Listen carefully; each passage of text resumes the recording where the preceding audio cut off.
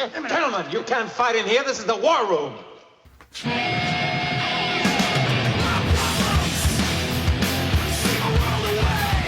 To see you fucking traitor! Treat the chocolate around your dead fucking body, you fuck!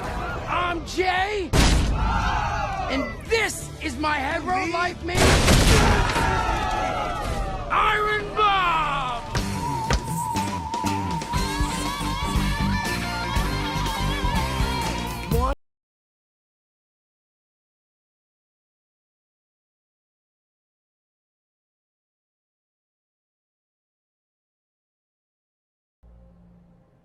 I'll be right back. Ladies and gentlemen, the War Room is back. This is a debate show that's going to be centered around one topic, whether it's a genre franchise, whether it's an actor's filmography, a director's filmography, or just kind of whatever, to be honest. Because if you guys know Movie Battleground over on TMG Entertainment, they do a league-based debate league where it's kind of one strength here for a player and another player, as well as a bunch of random stuff and some topical things. But the point of this is kind of just more to gather people who consider something a strength and they're experts on the topic, and let's debate it. So View Askew, if you guys are familiar with this channel and this community over here, got some huge fans of the View Askew universe, Kevin Smith's movies. That is Clerks 1, 2, and 3, Jay and Silent Bob Strike Back, and Reboot, Chasing Amy, Mallrats, and Dogma. So we have players here that love these films to death and are going to debate them. So the point of this is we're going to have 4 players, and they each have written their own question. But instead of just kind of all rushing to the answers, to answer it first come first serve, we did it in a draft style. So we randomized the order, blah blah blah. So everyone wrote their questions, and then everyone got to draft and pick the order of the question. So that's actually the fun thing of some people who wrote their question may not have even gotten the answer that they kind of were anticipating with that question that they wrote. So with that said, I have 2 other judges with me today. I have Brian Michaels and Papa West. So there's going to be the 3 of us. The judging is going to be kind of a scoring system similar to like dance or boxing and all that stuff. So when we're listening to these debates, we're gonna judge the players 1 through 10 with halves allowed, and then we're gonna take the average of our scores, and that's going to determine the winner. And then if there's a tie, then we'll divert to the old school, the best 2 out of 3 of what we decide of who won between the 2 that tied. So with that said, Brian, I don't necessarily consider you a View Askew fan, so do you think your unbiased opinions is going to help kind of just listen to the arguments and see how these super fans are going to debate here today? Well, I consider myself a View Askew fan, but not a super fan like these guys. Yeah. There's definitely certain ones that I'm not as big on. But yeah, I mean, these are all people who are clearly way into View Askew, so it's going to be interesting to hear them try to trash the other people's picks when we know that they don't believe it. Absolutely. And Papa, I appreciate you showing up. I kind of coerced you into being here because just knowing that the panel that you would, even if you didn't want to do this, you would be able to have some fun and listen to these guys yell at each other. What are your thoughts on the View Askew as a whole, and what are your thoughts on just kind of what these guys might bring to the table today? I mean, everybody knows I am the biggest View Askew universe fan in the entire world. This also includes Mars, Venus. There's like one guy who's a lot more of a fan than I am, so I can't claim that yet.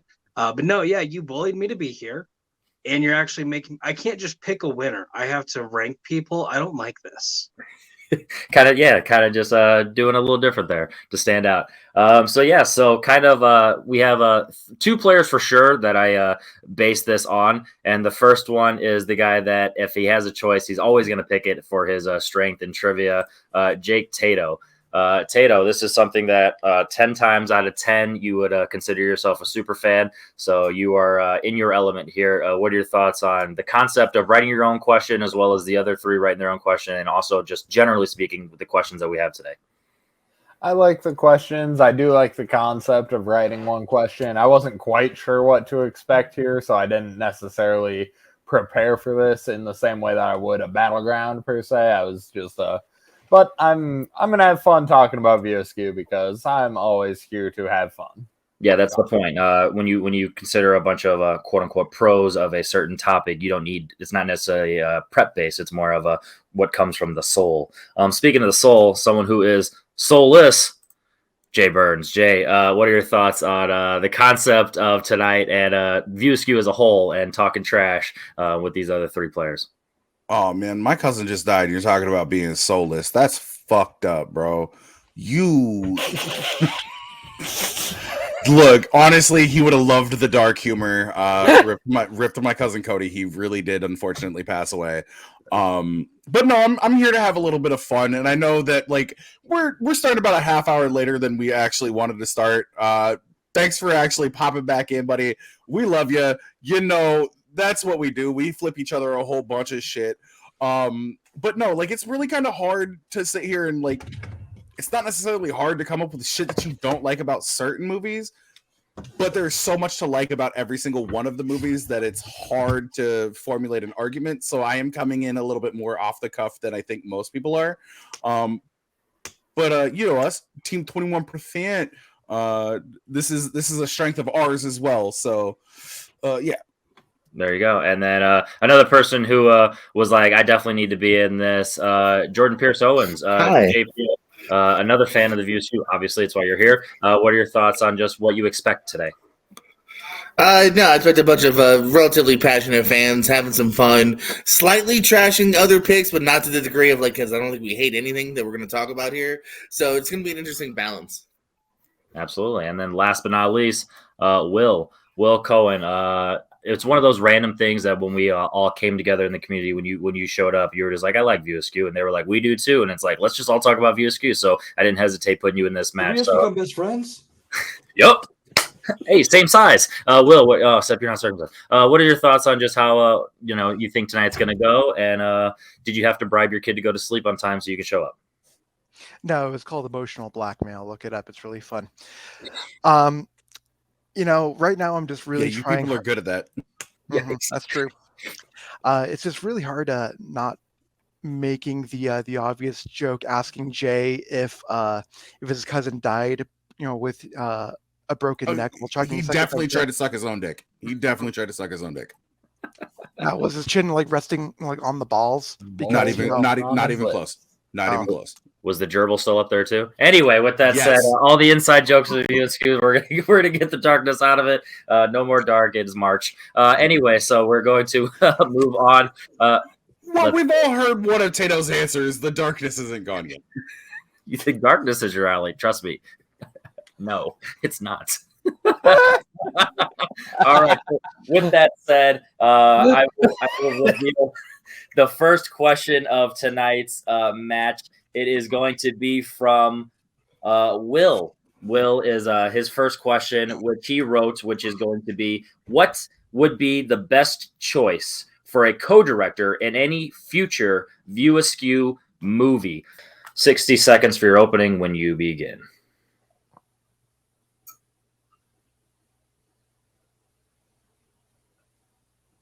If there's any directorial team that truly understands the work of Kevin Smith and what kind of humor he always goes for, I think would be Chris Lord and Phil Miller. These guys are just absolutely crazy, and they put a lot of heart into their films, whether it's just the bombastic nature of films like 21 Jump Street, or when they're actually reining things in and bringing some heart into things like Spider-Man Into the Spider-Verse or Mitchell's versus the Machines. You always understand what you're going to get with these, with these two filmmakers, and then they deliver a lot more. So what I think that these guys would really bring home with a View Askew film is either a full remake or a full sequel to Mallrats. I think this would be an amazing project for Phil Miller. All right.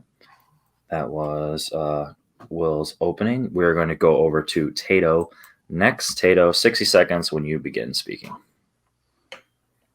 So I had a couple lines when I thought of this question here. And the best choice for a co-director with Kevin Smith, I feel like, would be someone from his gang, Jay Muse, or Brian O'Halloran, now that he is hypothetically no longer to be in front of the camera. But I went with Harley Quinn Smith here.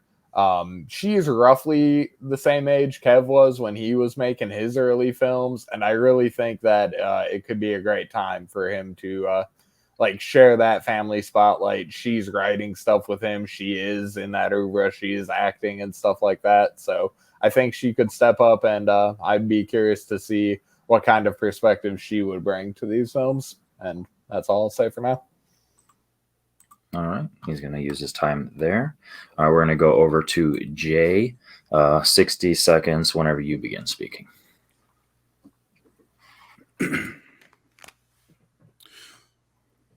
Honestly, when it comes to Kevin Smith, what you have is an individual who likes to go through a whole bunch of different genres, whether it's action, whether it's comedy, whether it's musicals. And I don't think that there's a better choice than David Dobkin, because you can go serious like The Judge, you can go musical like Eurovision, you can go comedy like Fred Claus, The Change Up, or even go super raunchy when it comes to like Wedding Crashers. This is the guy that I would think would want to team up with Kevin Smith the most, or Kevin Smith would want to team up with the most to be a co-director, because he is the one who is actually able to be the chameleon and change everything it is that he wants to do to the style of directing that Kevin Smith wants, but able to bring that voice in and be like, no, I think it should be done this way.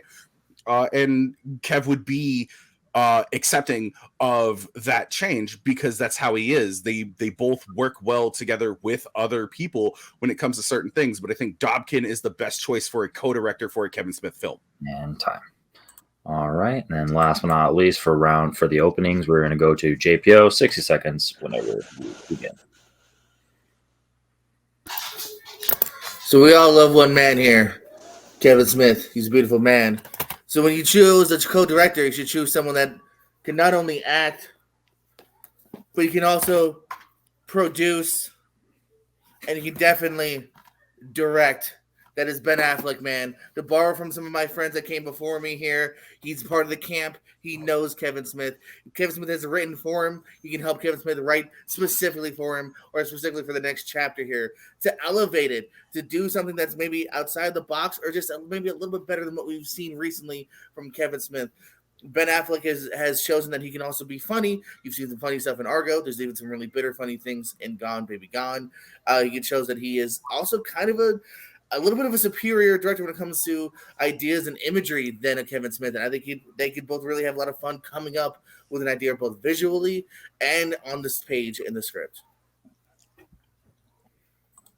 All right, and that is going to be time. All right, so just a reminder, what we're going to be doing for this is paying attention to the banner below. That is going to be the person with the talking mic. Obviously, if you have a sentence, try and not really go over one or two more words, just to respect the mic, because you'll have a turn again. It's not like you're done for the entire round. So just to keep the peace. So with that said, we are going to start. Just so everyone's on the same page, I'll go Will, then Tato, just based on how he went, Jay, and then JPO. So I'll try and consistently keep the rotation that way, so everyone kind of has an idea when they're going to go and be ready for that. So it'll go Will, Tato, Jay, JPO, Will, and then so on, so on. So with that said, we are going to start with Will. You'll start your 30 seconds in the open debate whenever you begin speaking, and then we'll go to Tato after when the banner pops up.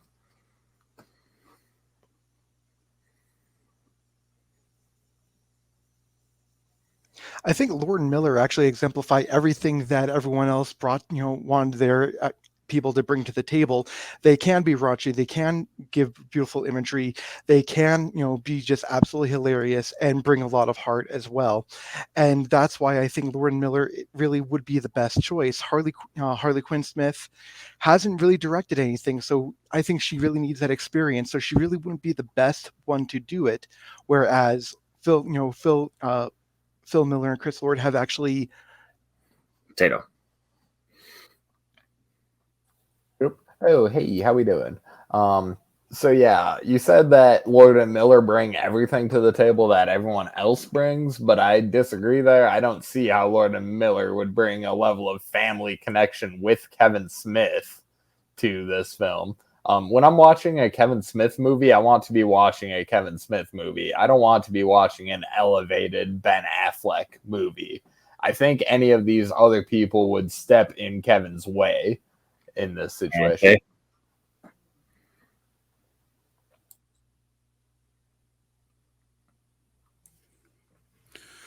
The one time Lord and Miller had the chance for a live action movie, they got replaced halfway through. Harley Quinn wants to be an actress. She doesn't want to be a director. Ben Affleck wants to do more serious movies. He has a little bit of comedy within them, but David Dobkin knows how to do everything it is that Kevin Smith wants to have done in a movie, and I think that's why he's the best choice to be a co-director for Kevin Smith.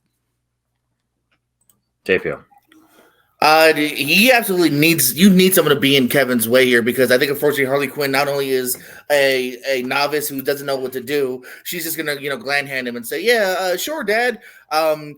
David Dobkin, you mentioned your revenge. You mentioned Fred Claus here. Again, I just think we're gonna end up just getting the same kind of thing we've seen from both of them here. Lord and Miller done mostly cartoons here. Again, I don't think they're necessarily going to add. Now you have three people who's all trying to get their opinions shared and heard here. Affleck knows him. They can sit down. They can actually work together here. Gee, I didn't realize that Lord and Miller were replaced halfway through both 21 and 22 Jump Street, but that's neither here nor there. They are extremely collaborative, whether they're producing, whether they're writing, whether they're directing. They actually work with everybody. They work well with everybody, and so they would work really well with Kevin Smith and his full vision. Tato.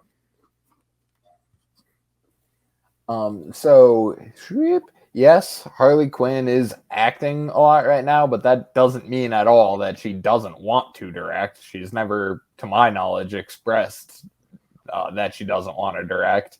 And yes, she hasn't directed, but where is a better place to get directing experience than a Kevin Smith movie, a low budget indie feel style movie? That's like she would be starting right where he started. It makes sense. Jay. Sorry, Will, I brought up the more prominent solo A Star Wars Story, which they got removed off of as writers and directors. Harley Quinn Smith has never said that she wanted to be a director, but she's also never stated that she wanted to be a director. And everything it is that everybody has said about Ben Affleck is the thing. Ben Affleck wants to do more serious movies, and I think that he would just step on toes. It's not necessarily creating a more abject director to director feel. JPO. That's not necessarily true about Ben Affleck. You're saying that just because you want to say that here in this debate. His next movie that he helped co-write it and produce is the Air Jordan movie it is filled with comedic moments here. What is the best Kevin Smith things that I think we can all agree on?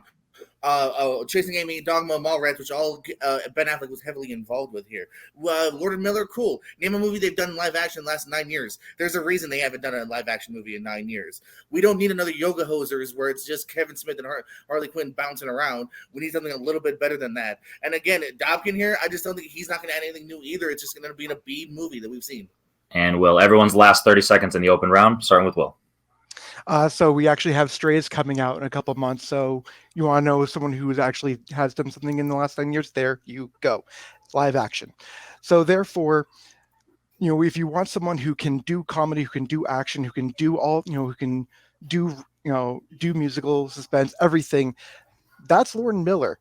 David Dobkin, yeah, he does, good work, but not critically acclaimed work like Lord and Miller. Harley Quinn, not experienced. Ben Affleck doesn't really want to direct the kind of movies that Kevin Smith wants to direct. Who wants to direct it?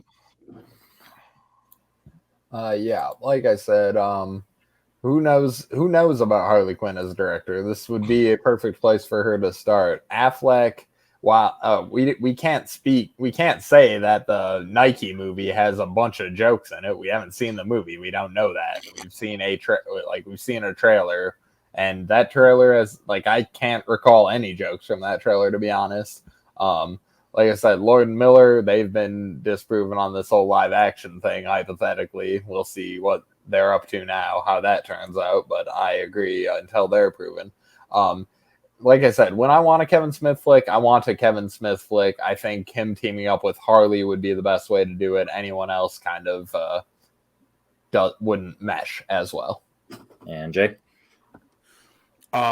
I just want to point out that Will and JPO made the exact same argument. They have movies that are coming out, but nobody has seen yet. I don't think that should actually be anything. Harley Quinn is unproven. Kevin Smith made his way with the indie thing, but the indie thing has kind of gone and been in the past. Kevin Smith has even said that. I don't think doing any of that is going to be the right way to do it. I think David Dobkin being the one individual who can do it in live action, not just in animated, who isn't always serious but can be serious and has a proven track record, is the perfect choice for a co-director, because he knows exactly what it is that he wants, what his other director would want. David Dobkin is the clear choice in this. And JPO. I don't know if I'll be using Strays as an example. Their trailer is very sloppy here. Again, let Harley Quinn do her own thing here before we start seeing if she has enough snuff to work with Kevin here. Air literally trailer ends with a joke by Ben Affleck himself here. And to say he wouldn't do other things, that's ignorant. He was about to do a superhero movie before that fell apart. The guy wants to make films. He's not just a one genre guy here. And again, Dobkin, yeah, he's proven track record in mediocrity. Please, let's go for something a little bit better here. You know him and Affleck could actually write a script that we all would be super excited about, unlike the rest of these people here. And time. All right. For the very first experimentation of that, I think it went very well. So we're going to start with Will in the 2 minute. Well, I think we're going to go 2 minutes. I have a feeling 2 minutes is going to be your closing. Obviously, wrap it up whenever you want. Don't feel pressed to use your entire 2 minutes. 2 minutes, and then just reminder, judges, we're doing a scoring system 1 through 10 individually. So keep that in mind with your final 2 minutes. So use your 2 minutes however you want. Pro your debate or anti anyone else's. Will, whenever you begin speaking. So I definitely want to thank JPO for bringing up a point that I was actually going to make against David Dobkin. Yes, he has a proven track record with mediocrity. The last good film that I can remember him doing was in 2005 or 2006 with Wedding Crashers. Everything after that has just gone downhill. Ben Affleck is an interesting choice. I just don't think it's the right one. The kind of broad humor that Kevin Smith brings to the table is just really not the kind of humor that Ben Affleck is doing when he is doing reasonably humorous films. Harley Quinn, I want to see her work, do something on her own before she works with Kevin Smith, before she, really falls into Nepo baby territory here. I just, with Lord and Miller, yeah, maybe they haven't done a live action film. That doesn't mean that they can't. Just because we don't know what Strays is going to bring doesn't mean that they can't work with someone like Kevin Smith, who they can absolutely collaborate with. It won't be stepping on the toes. They have proven multiple times that they can actually work with people and it's not stepping on toes. Just because they were taken off of Solo, a Star Wars story, means nothing, because that movie was going to be ass anyways. So let's face the facts here. Lord and Miller have done so much, whether it be animation, whether it be live action, whether it be everything. Heart, action, comedy, musicals, everything. Lord and Miller is where it's at. All right. Closer to the 90 seconds than the 2 minutes, so maybe I'll keep that in mind for future, but good job. We're going to go over to Tato for your 90 seconds to 2 minutes. still up the air on that one, but whenever you begin speaking. All right. Alrighty. So you don't do indie in response to Jay's bit. You don't do indie because it's popular to do indie. You do indie because you have something to say. And the only other knock like that I really heard against Harley Quinn is her lack of experience. You know who else was inexperienced? Kevin Smith when he made Clerks. Like, these are the movies to get experience in. They've written many things together. Obviously, Yoko is maybe not fantastic, but that is her getting her experience out. Maybe her lesser early stuff out. Now that she's done that, she can make better stuff. As far as the Nepo baby thing goes, she's a Nepo baby. That's just what she is. You cannot take that away from her any more than you could take it away from Nick Cage or Jamie Lee Curtis, hypothetically. They're Nepo babies too. So Nepo baby, not really an insult, not a bad thing. It's just a fact of her life. She just happened to be, she came out of the loins of a famous person. That's how that works. Hey, a timer. I really do just think that, like I've said it, I'm going to reiterate it. When I'm watching a Kevin Smith movie, I don't want other handprints in it, because that's when you get cop out. Judges who may or may not like cop out, take that comment with what you will. Yeah, I don't need Lord and Miller's spin on it. I don't need David Dobkin's spin on it. Ben Affleck would be the closest because he is a Kevin Smith friend. But again, while he has directed other types of things, I don't think he, at this point, necessarily wants to direct the dick and fart joke thing. I think Harley Quinn Smith would be the best choice for a co-director of a View Askew movie. And time. All right, we're going to go over to Jay. Jay, your 90 seconds to 2 minutes whenever you begin. Eurovision Song Contest, the story of a fire saga, The Judge, and The Change-Up. You can say what you want about these movies. You can say that they're mediocrity, but let's never, ever act like Kevin Smith has been the height of the movie industry. Let's not act like Kevin Smith hasn't done dick and fart jokes for almost his entire life. Let's not act like raunchy comedies isn't something that Kevin Smith would do. Let's be real here. Okay, Lord and Miller might have done 21 and 22 Jump Street. Guess what? Nobody gives a shit because nobody remembers those fucking movies. If they remembered those movies, they would have made more of them. They didn't. The only other live action movie that they had was taken out of their control and given to an actual director. Not two, but one. That's already a knock on you there. I'm looking for David Dobkin to come in and do everything it is that Kevin Smith wants, whether it's a dance sequence, because we know that David Dobkin can do that in Clerks 2. There's a dance sequence. Whether it's serious, like in Chasing Amy, he can do that, like he did, like David Dobkin did in The Judge. You want Ben Affleck to come in? Ben Affleck doesn't even like writing his own jokes. The thing about it is Matt Damon wrote most of the jokes in fucking Good Will Hunting. Kevin Smith is the one who came through and helped on that. It's not that they would be helping each other. It would be that Kevin Smith would be the one to elevate these. And we're not looking for a bridge director here. We're looking for a director who is trying to be a co-director. And Kevin Smith, as big as his ego is and as much as he loves to talk, knows when he needs to take a back seat. There's too much of a butting heads there when it comes to Ben Affleck, because they haven't been friends for so long, regardless of the actual fucking reasons behind it. Jennifer Garner, Harley Quinn Smith, let's be real here. The indie movie is kind of dead at this point in time. Nepo babies do exist. It's not her fault, but don't bring Nick Cage into that. He's a nephew. David Dobkins is the best choice because of the reasons I've stated. And time. All right, and last but not least, JPL, we're going to close out round one when you begin speaking.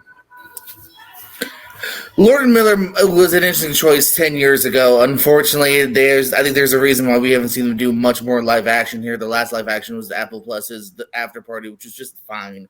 Harley Quinn Smith, there's so many reasons. Not only is the novice here, but another good reason I don't think this should be it is let her do or die on her own here. If she were to do a movie with him, guess what? If it's good, Kevin Smith is getting the praise. If it's bad, Harley Quinn's getting the D praise, and her career's kind of done already. Plus, it's already been said too. I've seen her in many interviews. Not once I've ever seen her mention directing. She's always mentioned just acting here. Jay admits his director is mediocre. Well, Kevin Smith also done some mediocre things. So that's what we should strive for? More mediocrity? No, let's strive for something maybe a little bit better here. I think they work well together because again, everyone keeps saying comedy. I know View Askew, you'd think comedy, but again, Dogma, Clerks 3, even some of the best parts, and maybe his most original film aren't necessarily all just comedy here. And I think that's what Affleck brings to the table. We don't have to do just red comedy. Let's try something maybe different in the View Askew universe. Let's not just do a mediocre thing with David Dobkin or do another Yoga Hosers with Harley Quinn Smith here or Lord and Miller, where again, I don't think that it's going to be three people talking and overdoing each other. And obviously there is a bit of a clash. They obviously couldn't work with Disney and Star Wars. Would they necessarily work with Kevin Smith? I don't know, because now you're coming into a universe that Affleck is already a part of and loves himself here. And I think they could come together with something really interesting that would be funny, that would be dramatic. Obviously, look at Clerks 3. Kevin is going in that direction to a large degree. So why not let it be something that maybe might be the best movie we've seen since the 90s? One of the original Kevin Smith films that had Chasing Amy, Dama, I think two of the best, that had the best mix. And I think Affleck could help elevate it to that. Yes, because I don't want just another Dobkin mediocrity or Yoga Hosers or The After Party. I want something that maybe might be a little bit better, or at the very least, I think one of the most interesting films we'll see in a long time. Don't ever bring up a copy of Red State during a View Askew fucking debate ever again. Oh, yeah, God forbid I mentioned something original. Hey, I'm just saying, it's not a part of what we're talking about. All right. I'm saying, fuck you, the argument's over. And time. All right. With that said, me and the judges now are going to talk. So I'll give you guys just a couple seconds to kind of collaborate your scores. And obviously this is new in terms of the process. So, go about it however you want in your mind, rank the three players however you want, and then kind of make the scores, whatever. At that point, that's kind of how I did it, at least for the first one. So I'll go ahead and start to give an idea of my thought process on this. So when I was listening to the ones, I was trying to, like I said at the very beginning, combine the combination of their offense and the defense. And I feel like the two that had the most knocks against them were Will and Tato with Harley Quinn Smith and Lord Miller. So unfortunately, and their pros, I don't feel like they were able to combat it for me enough to like counteract the knocks on them. So they were at my bottom. So I gave I gave Tato a 5 out of 10. And I gave Will a 5.5 out of 10. And then my top two at the top were Jay and JPO. They were neck and neck, and it's surprising for me because I forgot like the name of Jay's person, so I was just kind of unbiasedly just listening to his arguments, and he was swaying me a lot on that. And obviously on paper, JPO has like a very popular one, so he was at an advantage there. But I feel like because it was close with that, it ended up coming down to the closings for me, and I liked how JPO had that final mark of. It does look at Clerks 3. It doesn't just have to be comedy. You can add a lot of drama in there. So I had JPO edging out Jay just a hair. So I gave JPO 8 out of 10 and Jay 7.5 out of 10. So once again, for me, 8 out of 10 for JPO, 7.5 for Jay, 5.5 for Will, and 5 for Tato. Brian, what is your thought process when you listen to it, and what you end up with your scoring? I will admit, the four-way debate is very hard to even keep straight, much less to score for, because they have very limited time to try and push their own and knock three other people's and all that stuff. But so with that said, though, I will say they did great. I guess kudos. They did. It's just a little hard to try and judge. I'm like, wait, little points here and there. For me, at the bottom, I put Will. I gave him but I still gave him a 6. I think I was a little more generous with my ratings than you. I think that while he made some good points, I think that first of all, I wasn't sure why Strays came up, because Lord Miller only producing that. They didn't direct or write that, so a little fact check there. I think that he missed an opportunity by not bringing up their best live action thing, which is Last Man on Earth. I think that's the closest thing to USU. I think that'd be very good to pitch on it. But I mean, he did okay pitching it. Like I said, I still gave him a 6, but I think the other one's a little bit stronger. Next up, I had JPO. I thought Affleck was an interesting pick because, I mean, yes, he has done more serious directing, but it doesn't mean he can't do comedy. But I think that, again, he has worked with Kevin Smith. He knows the kind of things they probably have a good shorthand. He kind of explained how they work well together. He did lose some points for me for knocking After Party. I mean, After Party is a good show. So, just saying. In second place, I put Jay, who I also ranked. What was JPO scored? You didn't say that. 7. 7, okay. Thank you. Jay, I also gave a 7 too. Okay. So technically it's tied, but if I had to rank him, I'd put Jay just above JPO. Okay. Jay again did a pretty good job. I think he drew some good parallels between the kind of the work that David has done. Even going as far as saying like even dramas like the Judge, how that kind of influence, because I mean Kevin Smith has put some drama into his movies as well. Again, he did lose some points for me in his debating just because like talking about who remembers 21-22 Jump Street, which is like everybody. So that was a little weird approach to take to it. And in first place, I put Tato with 8. And honestly, I'm not sure that I would consider her the best choice, but this isn't what I agree with. It's how I judge their debate. And I thought that he did a really good job supporting his argument, talking about, especially when he started getting to, she doesn't have any experience, but who else didn't? Kevin Smith, when he was about her same age making this movie. And I mean, not only does she, has she been involved in these things, she's been around in her life. She she knows Kevin Smith. She is the DNA of these movies. I just thought he did a real good job of supporting his argument. There you go. All right. Papa, what was your thought process? So I just want to say, I gave people more points than both of y'all. So this is a really interesting point system. Hopefully y'all will see how I did my point. And every time you ask me to come back, this is how I'm going to do my points. Okay. Because just like Brian said, it is hard to critique and judge for people going. But I do want to say all four of you did a great job. It's like y'all are big fans of Kevin Smith or something. That being said, I have Tato at the bottom with 7 points. So still a good amount of points there. I did enjoy kind of what Brian mentioned. Everyone's biggest hit was she has no experience, and he does the whole Kevin Smith had no experience at one point, and then he got experience.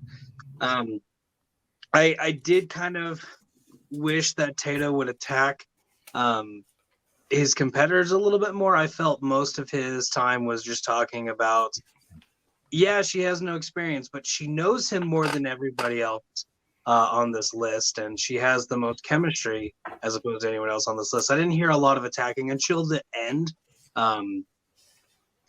Then in second to last place, I have Will. Will, I gave 8 points to. I did enjoy the counter of when Jay was talking about not good at live action, bringing up 21 and 22 Jump Street. Again, it really goes into the counters of his opponents. In second place, I have JPO with Ben Affleck. I gave him 9 points. And then Jay, I felt won it with 10. And really what it comes down to is I felt Jay did the best of attacking everybody while still building up his pick. Okay, and as I tally up the points there, we have... Okay. All right, so based on the tally in fourth place, based on the scoring, we have Will with an average of 6.5 out of 10. In third place, we have Tato with an average of 6.67 out of 10. And getting the points in first place with a score of 8 over second place is 7.8. So close. We have JPO just edging out Jay by 0.2 points, literally. There's the math there. You guys can. Just to be clear, did you just say that JPO was edging Jay? Yeah, he was edging Jay, and it was definitely on screen. He edged him. Definitely gave him that extra hand. So JPO is going to be getting the very first point, and then we're going to bounce over into question number 2.